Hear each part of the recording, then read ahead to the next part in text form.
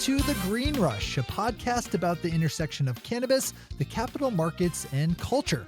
On a weekly basis, hosts Ann Donahoe and Louis Goldberg speak with the CEOs, financial experts, cultural icons, and generally interesting people moving the legal cannabis industry forward. This week, Ann and Louis speak with Jason Raznick, founder and CEO of Benzinga.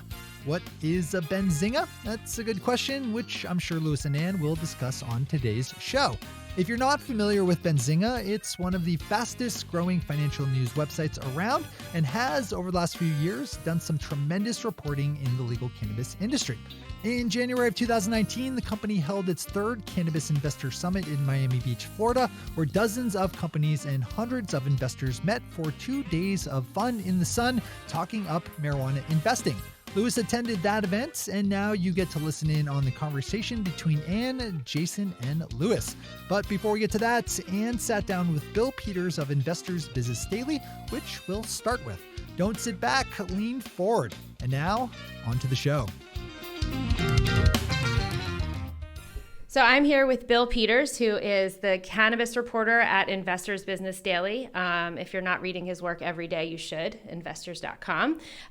So this was just a chance for us to kind of catch up post-holiday, see what's going on. And I first wanted to ask you the question about the general, we were talking about this a little off mic, and you were getting into some really interesting stuff about the cannabis market in general. And between this market correction from late last year to whatever's going on with China, to the recent government shutdown, the market seems to be put in a blender. And it's hard, I log on to my Yahoo Finance every day and take a look at the stocks, and there is no identifiable trend I can see. I'm not trained to look at that, but I'm just wondering, as a finance reporter, what are you seeing? Yeah, we're starting to get a little bit more clarity into that now. All the big banks, from JP Morgan to Bank of America to Citigroup, reported quarterly earnings this week. And, it's interesting because Jamie Dimon and the executives from Bank of America and Citigroup all said basically that underlying economic trends sort of belied the market craziness right now. In other words, the underlying data is still good despite the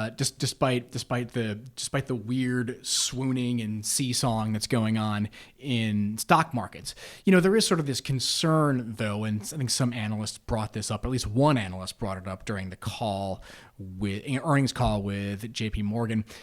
There is this concern that maybe some investors are sort of trying to worry a recession into reality. The thing is, as you were talking about, trade remains a concern. Higher borrowing costs as the Federal Reserve raise interest rates. That's a concern because that pushes up rates on things like credit cards and auto loans. And so there's concerns about whether the U.S. economy can really stomach that. The government shutdown also is a concern. Not helpful. That's also not helping anything.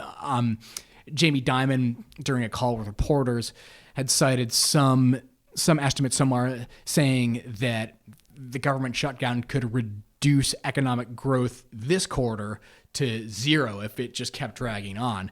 And that affects the banks because if no one's working at the government, that means that the SEC can't approve things like IPOs. That means government agencies can't approve M&A deals. And as far as and even the airlines, which is another area that I cover, they've also said that's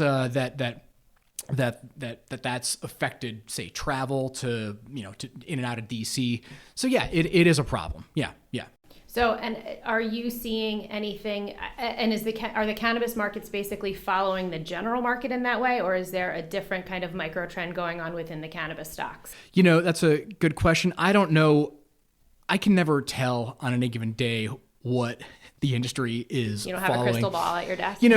I think that what is happening, at least based on people that I've talked to, there's a lot of so-called retail investors. Those are investors that they're not working for some massive mutual fund. They're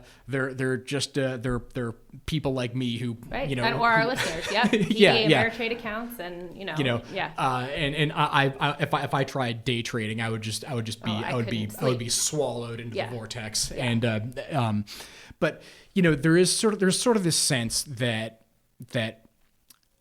that investors in the marijuana stocks are kind of going by the old adage of buy the rumor, sell the news. In other words, you buy, and there's something good up in the horizon, off in the horizon. Then when you get to that, when you get that thing that you want, whether it's the farm bill being legalized or whether it's Canada legalizing recreationally, then you sell off, you take profits. And then there are just other things, whether it's Altria agreeing to invest in Kronos Group or a short seller attacking Afria that have really plunged the stocks or, just catapulted them higher. You had an article earlier this week about the brand Tilray and the fact that they just had some investment from a non-cannabis company called Authentic Brands, and this is kind of along the lines of us talking about non-traditional companies getting involved in cannabis and really looking at opportunities and taking advantage of those opportunities. Can you talk a little bit about that deal? Yeah, so this would be like the second sort of cannabis company, retail company tie-up in just the last few weeks. This company, Green Growth Brands, announced that it would be, they would put some CBD products in DSW shoe stores, and like nearly 100 of them. And as for the situation with Tilray, what they want to do with this, so Tilray has announced this revenue sharing deal with a company called Authentic Brands, which does a lot of marketing and kind of on the retail side. And so what they want to do is have like Tilray made farm bill compliant hemp derived CBD products in stores, potentially, as in stores like Nine West or Juicy Couture. At least those are the examples that the CEO of Tilray, Brendan Kennedy, sort of gave at a conference this week over how the deal might play out. So that might be, like foot balms for Nine West or beauty products for Juicy Couture. And, one of the things that's interesting is, I think that there's at least some of the people that I've spoken with and some of the research that's out there kind of indicates that in terms of brand awareness, for a lack of a better term, it's actually pretty low. Like nobody really knows a lot of people don't really know like what like Marley Naturals is or what Tweed is or whatever. That's still pretty low, and that's still the case in the US.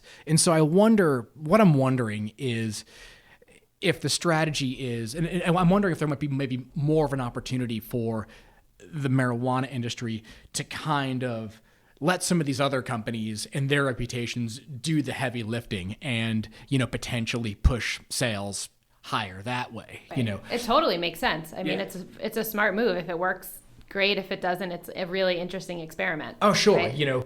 And I think that, even though the farm bill legalized industrial hemp, the FDA, right after that happened, the FDA put out this long notice basically saying that there are still restrictions regarding selling some of these products. Basically, don't get too excited. Yeah, exactly. Don't get too excited. We're still the boss, essentially. And so there are, and they reminded, I think they tried to remind everyone that there are still some restrictions over selling, say, like CBD or THC food across state lines. There's still restrictions over marketing some of these things as dietary supplements, and they have obvious concerns over some of the wellness claims that come with a lot of these compounds that are found in different cannabis plants. Well, it's going to be interesting to watch for sure, and to see, what people who aren't necessarily, and this is to really reach out to people who aren't necessarily exposed to cannabis or hemp products on a daily basis. So it's, mining a whole new market for them. Yeah. So cool. That's all I have for you. Is there anything else you want to chat about? Anything we're missing? What's the big story you're working on that you can talk about? It's along what I was just describing.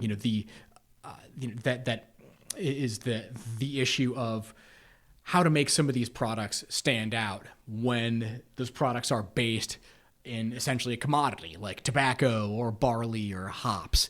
And it seems like the industry is sort of reaching this point that a lot of food companies, a lot of alcohol companies, a lot of tobacco companies had to deal with generations ago. And so I think it'll be interesting to see the ways that plays out, especially for a product that's still federally illegal. So yeah, that's one of the things that I'm working on. Cool. Well, we've been chatting with Bill Peters of Investors Business Daily. Check out his work at investors.com. Anywhere else they can find you? Are you tweeting? Yeah, I'm tweeting at IBD_B Peters, and sometimes that's where I'll be. That's exactly where I'll be. We'll put links in the show notes so everyone can find you. Really appreciate it. Thanks for taking the time. Thanks for having me. All right. Hey, Jason, thanks for joining us. This is Lewis. It was really great meeting you this week. I just got back from your conference in Miami, the Benzinga Cannabis Investor Conference. And before we get into like the meat of this conversation, I have to start. What the hell is a Benzinga? Like, what does that name mean? The name is a word. It's a word defined to ourselves. It doesn't mean like profit in like a different language, but as a word, it was made up. My grandfather and I, when I used to go to speech tutor, I was one of those kids. They said I would never be able to read back in the day when I was in first grade, and speech tutor. And my grandfather and I would make up words, and just words that were funny sounding, and we made up a word that was Benzinga. When you're naming a company, it's like there's not an exact science, but you want to have a memorable name. It was the beginning of the alphabet, which is, important. And Benzinga came about and it's developed into, hopefully this global media brand that didn't exist before 2010. It was started, in my basement. Well, actually talking about that, starting a media company, especially in this environment and the fractured media environment, really takes a lot of guts. Can you talk about the early days of Benzinga? And then maybe do you still, how much of it are you still owning? And I guess, just take us through your origin story a little bit.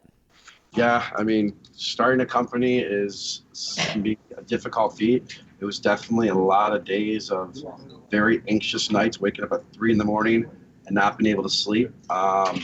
It was, it started because I saw a problem that was in the marketplace.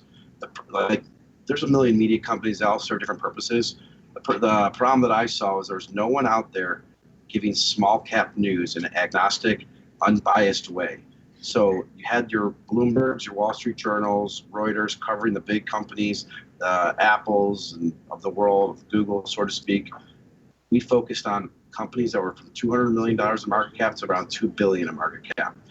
That carved out a niche for us. And the reason I got into that, back after 9/11, I was a widely followed writer on the defense stocks in that small cap space. I would write things and stocks would move whenever I wrote them. The CEOs would reach out to me.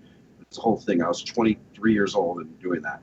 And I was really good at researching them. And I'm like, why isn't there a place to cover these companies that are small? Because a lot of times these companies that are small outperform these companies that are large because they can innovate faster, take ideas to the market, the whole execution game. And so I wanted to create a service for that. So that was in my basement. I had a 3-month-old at home, and I hand it to any person starting a company and what have you. I went through severe anxiousness every day because I had a 3-month-old. The first website started for $1,850, and now we're several years later, and it's a much bigger company. And you're out of the basement. We're out of the basement. We went and visited that basement. Fox Business came and did like a story on us, and we got access to that basement. We went and did a little video. But yeah, that basement was an interesting basement. It flooded at one point. They had all my stuff down there. It was great. So when you started the company, you had a real focus on employee empowerment, employee engagement. You actually, I think it was the first 25 employees had an equity stake in the company. Do you still have that culture? Talk a little bit about that. So there was a term I came up with. Instead of like a hierarchy where you rise hierarchy by getting promoted, I came up with a word called doarchy. So it's a doer's culture. The people have these false limitations on themselves of what they can accomplish. I don't care if you're 18 years old or 40 years old. I believe that you can get in touch and make anything happen. And so I wanted everyone to, be focused on the what and not the who. Focused on solving the problem versus who's the problem. And so the idea can come from anywhere. It's just the execution is what it's about. So really believe in empowerment and making better mistakes tomorrow. And it's really about anyone here comes up with a concept, we'll explore it, and that's where the empowerment part comes from. I did learn the hard way a little bit though, that creating that kind of culture, this entrepreneurial culture, is not what everyone wants. A lot of people want structure and being told what they need to do and what the results they need to achieve kind of thing. At the end of each day, they want the structure. So whereas I was a person that would go into a company and say, they said I was doing this and I would do that, then plus 5 other things, I needed to develop over time more structure in place, which we've done over the past couple of years. The company's really started to grow, from 2015 and on. 2010, 2015, we were finding our way and building these distribution agreements. I can get into that later. But 2015 and on is when the company has really started to hum, and be consistent and organized and et cetera. I mean, starting a company, I was robbing Peter to pay Paul. I had no money, and I was trying to find how to hire someone, but I had to bring the money off revenue, et cetera. It goes for our kind of companies too. I mean, ultimately what we are both professional services companies. I mean, you just have you have a real deliverable. We have an amorphous deliverable. Let me ask, from one entrepreneur to another, in the early days, what was the biggest mistake you made? The one you went, oh shit, we're not going to recover from this, and then you did. Oh God. Biggest one I make, biggest of many. Maybe at one point we really focused in on solely licensing data to quantitative hedge funds. I think we were at that point a little too, we didn't have enough data to do it in the proper way at that point. We were so focused in for 9 months, that's all we were doing, and the resulting growth did not come with it. We should have taken maybe more of a measured approach. I do like the focused approach. It's just that the market wasn't necessarily there for what data we had at that time. We recovered from it, but it was some months that were definitely trying because the revenue wasn't following suit to the effort. I would say that one potentially. We talk about the cannabis conferences. We did one in 2014, and we put them on hold for a couple of years. Maybe we should have kept that going. And other things are things that sometimes don't even know. You don't even realize that, hey, if you would have went to this conference or this person or met this person, you never know what would have happened. It's funny that there's a person I just met that a few years ago we're in the same place. And we're working together now, but if we worked together a few years ago, what could have happened, what could have been built, But now I try not to look in that rearview mirror.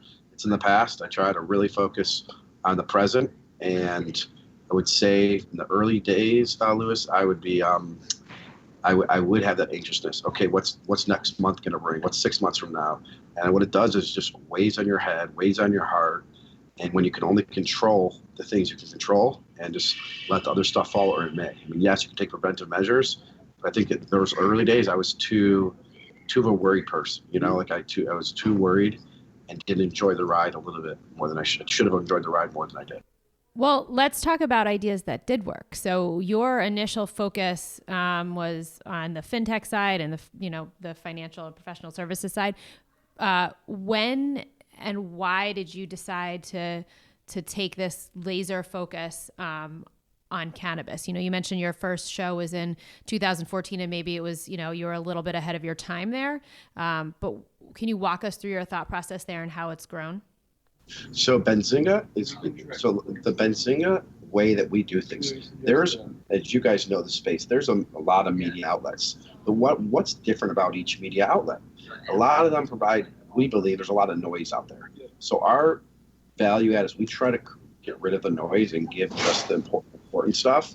And that could be in the stock market. We built a thing called Benzinga Pro. It's a real-time trading news platform, and we get rid of a lot of the noise. We can go into different verticals. The way we see our business is we're a connector. We're a connector of investors to companies, or companies to investors, or people to products, people to financial products, and so cannabis, just like crypto, these are natural extensions of our business where we should be covering that vertical. And we have a product on our MarketFi platform called 420 Investor, run by Alan Brockstein, who's been in the cannabis space for a while. And with him, we collaborated, and he, writes this cannabis information. It was just a smart thing to get investors and get the people in the community, and then the people that are reading Benzinga together in a different way. We think we bring a different approach to how things have been done in the past, and we keep trying to bring that different, unique approach. If we're the same as how everyone else has done it, we're not going to do it, And so we, that is kind of where I would say the laser focus comes in. Like, how can we help educate the average person why cannabis is growing?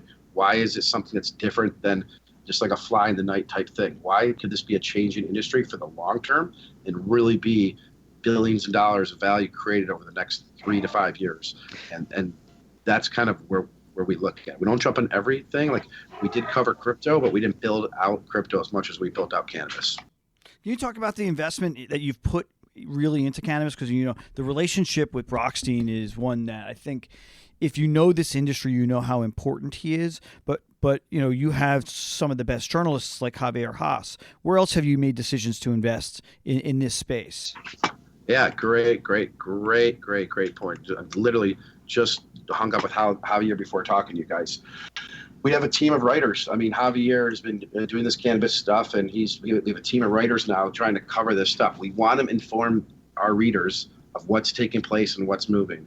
And so we're doing a lot more interviews. So one-on-one interviews with CEOs, with people like you.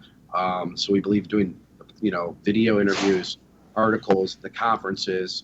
We think the conferences are really important because how do you connect real life people to these companies? In any industry, you're going to have the people that are not so, that are not kosher, that are doing shady things. So it's good to get people in person, be able to ask them questions, get investors in the room, and sophisticated investors. We just, in our event, you mentioned that earlier, I think before the podcast, that we had a lot of sophisticated investors. We curate who's in the room. We make sure that it's that value add. So we put a lot of investment into the production of the event. It's not just a sales game, like, oh, let's go get the sponsors. We literally, and not to be like egotistical at all, it's not meant to be that way, but we literally curate who's in the room. I mean, we said no to probably over 10 to 15, 20 companies that we're looking to, present, because not that they were bad companies, but we want people in the investment community to see the companies that we think right now are the ones that should be seen and should get should get more exposure. To do that, with the question you guys asked, it's taken a lot of investment from hiring experienced people who can fluff out what is the fluff. And it's also the relationships, like having a relationship with a company like yours or Alan or Javier or other writers to really vet, hey, what's this company? Is this real? And then if we're not sure, we call people in the industry and we say, hey, are they selling product to you? Are they, who's the customers? We actually do that work. And it's crazy to think just for one sponsorship, I still remember we had to make 5 to 10 different phone calls to find out if this company was really selling to who they were saying they were selling, which is a very big company. And we did that work versus just going to sell sponsorships. And I know this is a long answer, but I think that's one big differentiation, different, unique characteristic for our company. If we're just an event company selling sponsorships, well, then we're just an event company selling sponsorships, and we're just going to focus on that. We see ourselves as a more than that. We see ourselves as trying to provide reliable information out there. So we don't want a company that doesn't fit that bill. So we're using our financial media brand and then our events link to make sure we're bringing the best of the best in one room. That's the most important part. So let's talk about innovation for a second, because you guys cover companies and this is really kind of a two-part innovation question, because I think about this a lot. If you actually think you want to hear something funny, I was thinking about this. If you think about it, the guys on Gilligan's Island, right? Gilligan, Marianne, the Howells, the skipper, they had to innovate with what was there in front of them to survive. Where are you seeing innovation in the cannabis industry that's kind of inspiring you? And then from what you're doing at Benzinga, like, talk about the innovation that you're bringing generally to news, because you guys take a very fundamental different take on the way you produce news. As you've talked about, than other news sites. But talk a little bit about that, the innovation in the industry that's inspiring you, and then how that's bleeding into your company. Okay, so the reason why, when I talk to people about our cannabis event, the first reaction, who are not in the industry, who are like just, the first reaction is like, oh, you must have had a lot of fun. The thing with the cannabis space, my mom and dad are people that don't drink, never smoke pot, nothing like that, And now my mom, she got her cannabis medical license because she has a bad hip. She went and got a salve or whatever you call that, and to put on her hip, and it's a thing. It's night and day. She can golf again. The wellness aspect of CBD hemp, to me, is where the innovation is taking place. I mean, to hear that it can cure or work for epilepsy and things like that, it's to me, it's absolutely amazing. And innovation around medical cures versus all these drugs that people take is absolutely one of the most exciting parts of it. And I really think it's just getting started. I wish the testing was was legal in the United States so we can have a lot more of this. I was talking to many people at the Benzinga Cannabis Conference who take those oils at night and they go to sleep. They're not taking what's that one drug that puts you to sleep all the time? Ambien. Yes. So he used to take Ambien, and he takes the 3 little things of oil under his tongue and goes right to sleep, or it's like the greatest thing. And it's like, this is just a guy who's a CEO of a big company, not even in the cannabis space, but was at the event, an investor. And he swears by it. And that, to me, the innovation there, people say, oh, marijuana's be legal, so you can get high or this stuff. It's those other aspects of it and this natural substance. And if you go back to the history of cannabis or hemp back in the day when before it was outlawed, there's reasons, but people say the government didn't want it, the pharmaceutical companies wanted to sell this stuff. So you go back to the way history, and this guy, Todd Harrison, is, he talks about it, and he was giving me the history on it, and I couldn't believe it. And it makes sense. So to me, innovation is going to happen there where, there are going to be some companies that develop brands that you're going to go get CBD for this, you're going to have it this for this. And then, instead of, when you're super anxious, there'll be something that can help alleviate. Yes, it's mental, but you can help alleviate with cannabis. Innovation from a perspective, to me, innovation is the lifeblood of any company. And it might not be innovation in terms of technology, but it's innovation in terms of thinking and putting things together. 1 + 1 = 3. And I think that's what we do well. So for example, as I said earlier, guys, there's a lot of noise, but if Benzinga can do a really good job at doing 3 things: telling you the what of a story, the who of a story, and what does it mean? What action can I take? If we just do those 3 things every single time in a short manner, concise manner, we think we win. And why do I just say that thing out loud? Because it's the opposite of what it's known to. It's the opposite of what an article is typically known to be. You hear a story about this, it's going to be a big article. We'll cover the articles, but I'm saying if we can help save people time by giving them the what, the who, and what this means to you potentially.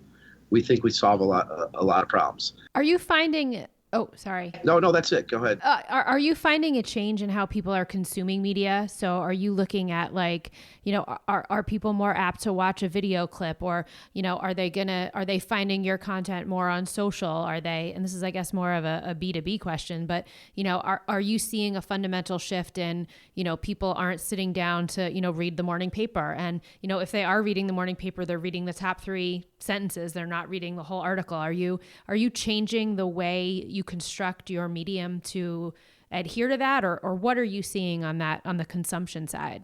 No, that's awesome. It's we are, in the sense that we think people are coming in and going out quicker. So we're trying to deliver value earlier in the article. And also on top of that, we're seeing mobile traffic up a lot. And we were late to update our mobile website, which we're still in the process of doing. Our Benzinga Pro is very good, but it wasn't working as great in mobile, and something we fixed. So we're seeing a lot more mobile usage. Here's in the stock market space, Wall Street traders basically are on their computer with 6 to 8 screens. So mobile wasn't a focus for us because they're using those 6 to 8 monitors. we're now getting a lot more individuals using us who want to use their iPad. And so we have to make the stuff mobile friendly. And then the other thing is, one thing we've always taken an approach is that we go where the eyeballs go. So we focus less on Benzinga, and we focus much more on the BZ Newswires, Benzinga Newswires. We distribute our content to over like 100 partners. So we have 20, 30 million eyeballs a month because. So maybe what are these partners? What kind of partners are they? Okay, so like, think of any company in the financial space, from an Ameritrade to a Trade Station to Yahoo Finance, MSN Money, Fox Business, you name it. Those are customers, partners, clients of ours. Interactive Brokers, Robinhood, Thinkorswim, like you name the platform. There's only one or two that we're not on right now, but we're the largest publisher of financial news in North America now in the brokerage space. And that was honestly the hardest thing to build up. That we spent from 2010 to 2015. It's hard when you're starting a new company and no one's ever heard of the company, especially the name is Benzinga. Like, where'd this thing come from? It's just like, if you think about Dow Jones Newswires, it was Charles Dow, and like they created this thing. We created a thing that we think delivers a lot of value, but we had to get the brand to be recognized, because we have a lot of power with our brand, in the sense that our content is distributed to these major platforms. So we take very great concern to what gets published and what doesn't get published, because we have this, because we're distributed to these platforms. You're using Ameritrade, you're seeing Benzinga all over it. You're using big platforms, you're seeing Benzinga everywhere on it. As a quick reminder, we are chatting with Jason Raznick, founder and CEO of Benzinga. We were just talking about data, and I'd like to continue on that topic for a moment. New Frontier was a partner of yours at the last investor conference that everyone raved about, and that I'm super jealous that I wasn't there. But I'll get over it soon. Was there data that was presented that made you kind of perk up and pay attention? Was there anything that in particular that stood out that we should be focusing on? New Frontier data did have a lot of data on like the growth and consumption market that I thought was interesting, but not just in the US, but on an international level. I don't recall the quote offhand she gave. It was something, I can't recall it, but they had some data. Like, I was surprised at the growth in the last 3 years and what they forecasted it to be, just based on like the Colorado market, and then the lack of supply in Vegas. And so I think the thing that I was focused on is what's going to happen. Michigan, and then you have Illinois potential, and like what's going to happen to the growth, and what's that going to do overall to the space, and then what's it going to do to the pharmaceutical space. Benzinga is based in Detroit, Michigan, and Michigan just went adult use. Woo! You have a pretty sizable workforce that works for you there. Have you thought about or put into any rules, about consumption, or how do you guys deal with consumption, or you don't care? Like, just as a manager of people in a state now that has adult use, how do you think about that from an employee perspective, or employee management perspective? Well, yeah, we have beer 30 on Fridays at 4:30. We have like a beer and we go over successes, whatever, or just talk random stuff. And now we changed it to just kidding. We didn't change it to that. I thought it would make for a good New York Times story if we did, though. It would be awesome. You seriously, you would totally get. And we'll pitch it. We'll pitch it for you. Yeah, I haven't done it though. I don't know. I haven't done that yet. So I have no idea. I don't see why not. I know people are going to do it eventually, but I haven't. Well, it's a question of what the rules of social consumption are in Michigan, and I don't know what they are, or if your office is considered private space. Like I literally, it's legal at home, right? And it's legal in Michigan. It's legal at home. You could have gotta go back to the basement. You're right. That's our reason. Okay, so it's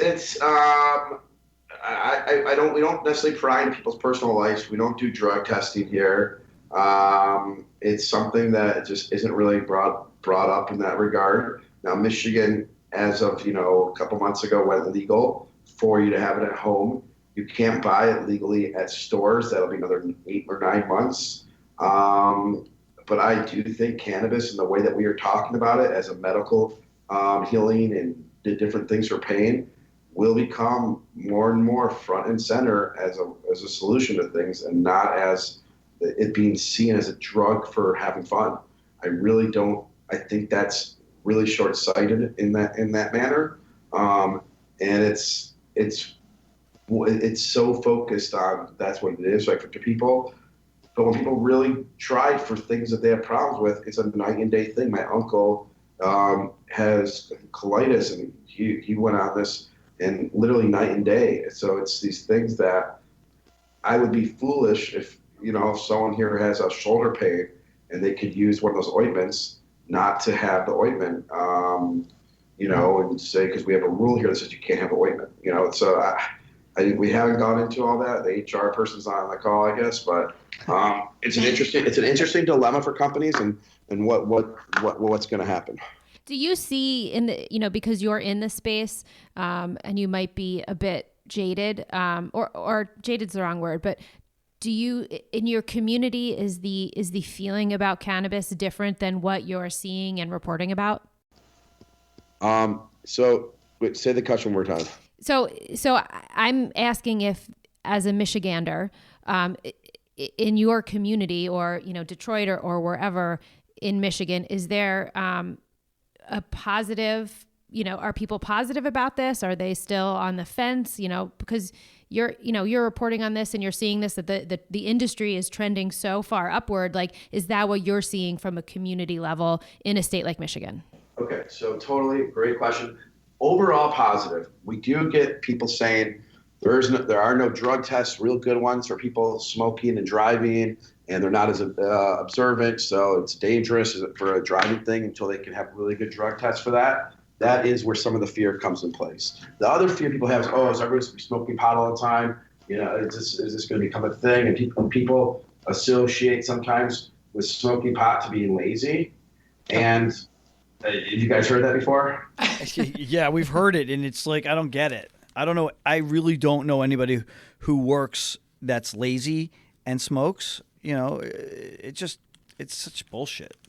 Yeah. So if you're lazy, you're lazy. Yeah. If like smoking pot you could use that as an excuse. It's like saying you eat ice cream, so that's the only reason you're fat. That's like you had ice cream once. It's the opposite of that. People are who they are. You want to be a hustler. You want to make shit happen. You want like this. It's not part of the game. So they're stereotypes. But by the way, I started an online textbook business in year 2000 or 99, maybe 97 actually.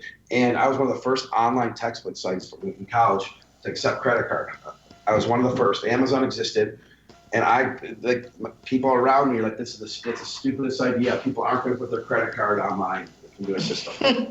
That's what I was told a million times. And then I morphed and, I had his online businesses, and they grow. And so it's like, if there aren't people talking negative about it, then you're probably not doing enough experimentation doing that. That's the honest truth.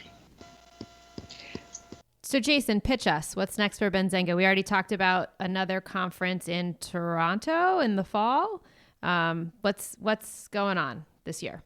Yeah. So you can find out more about that conference at bzcannabis.com, bzcannabis.com. What's next for Benzinga? We are doing a revamp to our main website, benzinga.com. So it's more about connecting with people, better getting information in a way quicker format. So if you see something in the news and you want to know what was going on with it, what was the result, what happened, we literally are going to have that first quick boom, like every single time. And it's a big thing to be able to deliver information way faster than you can get it anywhere else. Right now, we do it for a premium price. People pay anywhere from $100 to $300 a month.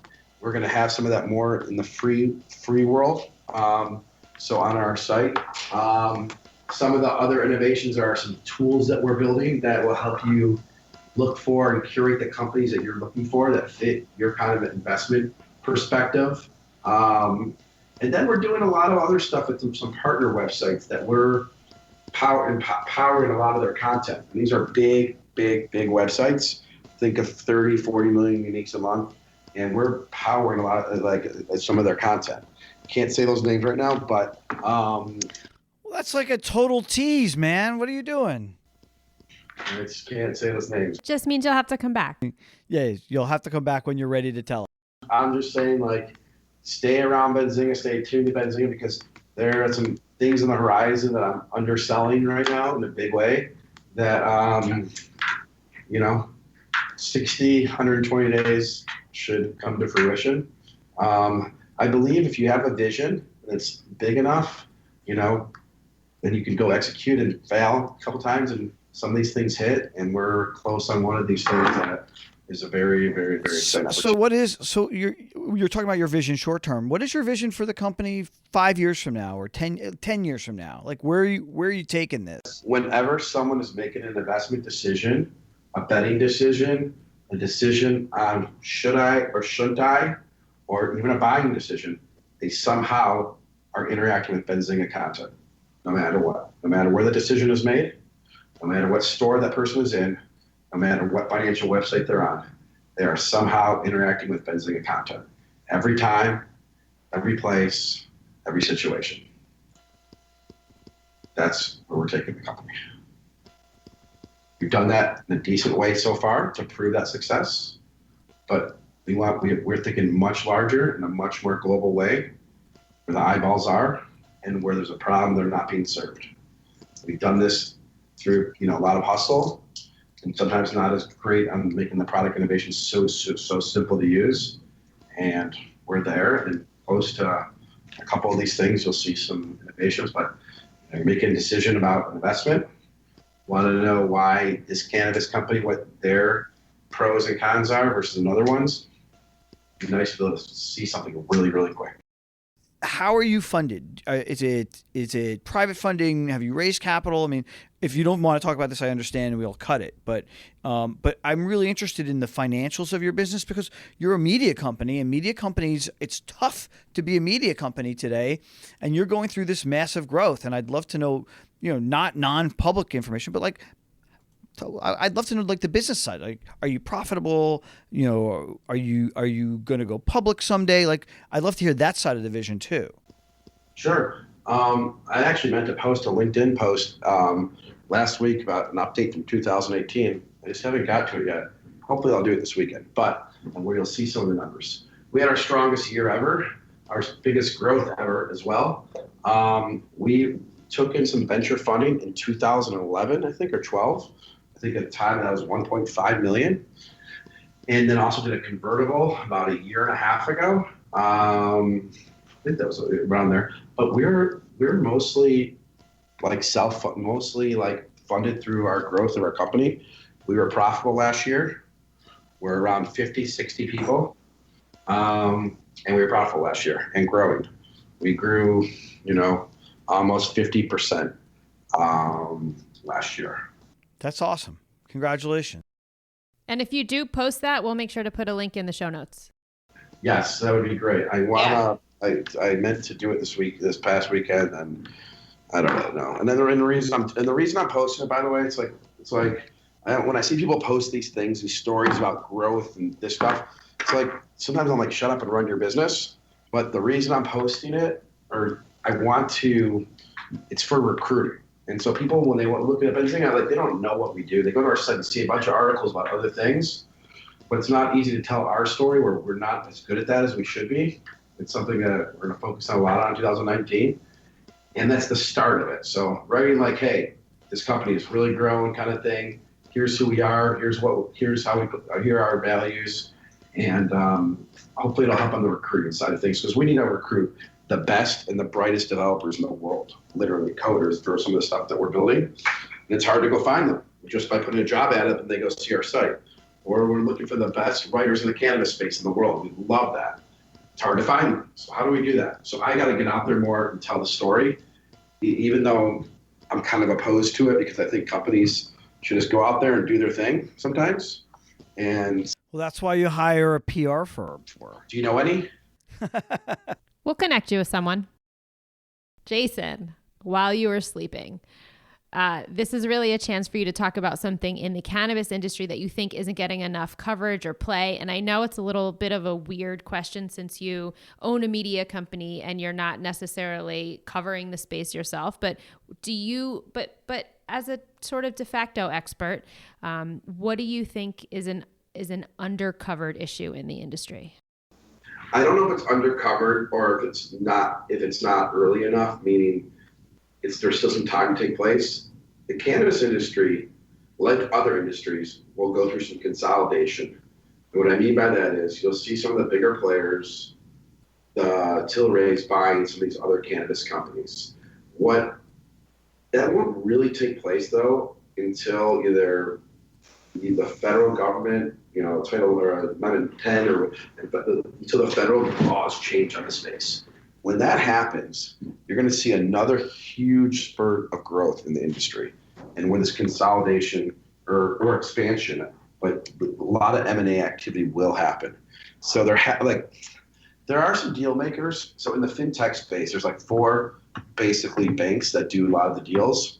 In the cannabis space, there hasn't been like one or two, there's a few that do it, but like there's gonna be a couple that are going to shine, do some huge deals. So I think it's going to be interesting to see who cements themselves in the investment banking side to do some of these huge deals. And when the federal laws change, so we're not just on a state by state basis. That's one of the areas that I'm like interested about and seeing how that comes about. And I think our events, like what Benzinga does, is awesome for that because we make sure to bring the deal makers on both sides into the room. And so that's part that I guess I'm excited about. Cool. This was so much fun. Thank you. Thank you for having me on your podcast. It's awesome to do it with you guys. I'm honored to be included as, you bring awesome people on it. Yeah, we'd love to have you back when you can talk more about your deals in the pipeline. Yes, we're going to make you name names next time. Yeah. Thank you to Jason Raznick from Benzinga. What an absolutely fascinating conversation. And to visit us here at the Green Rush. As always, if you want to chat with me or Ann, find us on Instagram or Twitter. You can find us with the handle at KCSA_cannabis, or to drop us an email, you can email us at greenrush@kcsa.com. I want more hate mail. Send me the hate mail. And don't forget to subscribe to the Green Rush in your favorite podcatcher. That's one take, Shay. One unbelievably long and circuitous take.